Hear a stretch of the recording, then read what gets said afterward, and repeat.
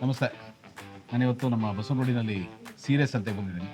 ನಮ್ಮ ರ್ಯಾಪಿಡ್ ರಶ್ಮಿಯವರ ಸಾರಥ್ಯದಲ್ಲಿ ನಡೀತಾ ಇರೋಂಥದ್ದು. ಇದು 5ನೇ ಹೆಜ್ಜೆ ಇಟ್ಟಿದ್ದಾರೆ. ಭಾಳ ಖುಷಿ ಆಯಿತು. ನನ್ನ ಇನಾಗ್ರೇಷನ್ಗೆ ಅಂತ ಕರೆಸಿದ್ರು. ನಾನು ಕೇಳಿದೆ, ನಾನು ಬಂದು ಏನು ಮಾಡಲಿ ಮೇಡಮ್ ಅಂತ. ಸೊ ಬೆಳಗ್ಗೆನೂ ಬಂದು ರೇಗಿಸ್ತಾ ಇದ್ದೆ ನಾನು, ಒಂಥರ ನೊಣ ಕಬ್ಬಣದಲ್ಲಿ ನೀ ಬಂದಂಗಾಗಿದೆ ಅಂತ. ಸೊ ಅದಕ್ಕೆ ಮನೇಲಿ ಯೋಚನೆ ಮಾಡಿ ಸ್ವೀಟ್ನ ಜೊತೆ ಕರ್ಕೊಂಡ್ಬಿಟ್ಟೆ, ಯಾರು ಕೇಳಿದ್ರೆ ಗೊತ್ತಾಗಲಿ ಅಂತ. ಚಾಮರಾಜಪೇಟೆ ಇರ್ಬೋದು, ಬಸವನಗುಡಿ ಇರ್ಬೋದು, ಗಾಂಧಿ ಬಜಾರ್ ಇರ್ಬೋದು, ಜಯನಗರ, JP ನಗರ, ಎಲ್ಲಿ ಸುತ್ತಮುತ್ತ ಇದ್ದಾರೆ ದಯವಿಟ್ಟು ಬನ್ನಿ. ಇನ್ನೂ ಒಂದು ವಾರ ಇರುತ್ತೆ.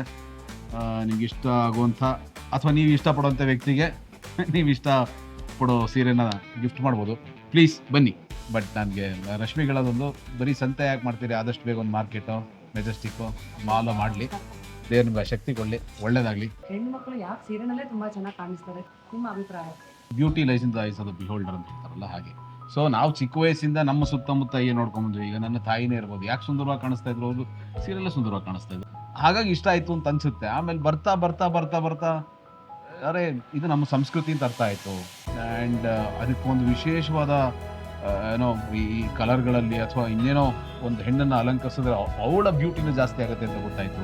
ಭಾಳ ಹೆಮ್ಮೆ ಇದೆ, ಇದು ನಮ್ಮ ಪಾರ್ಟ್ ಆಫ್ ಕಲ್ಚರ್ ಅಂತ. Thank you so much.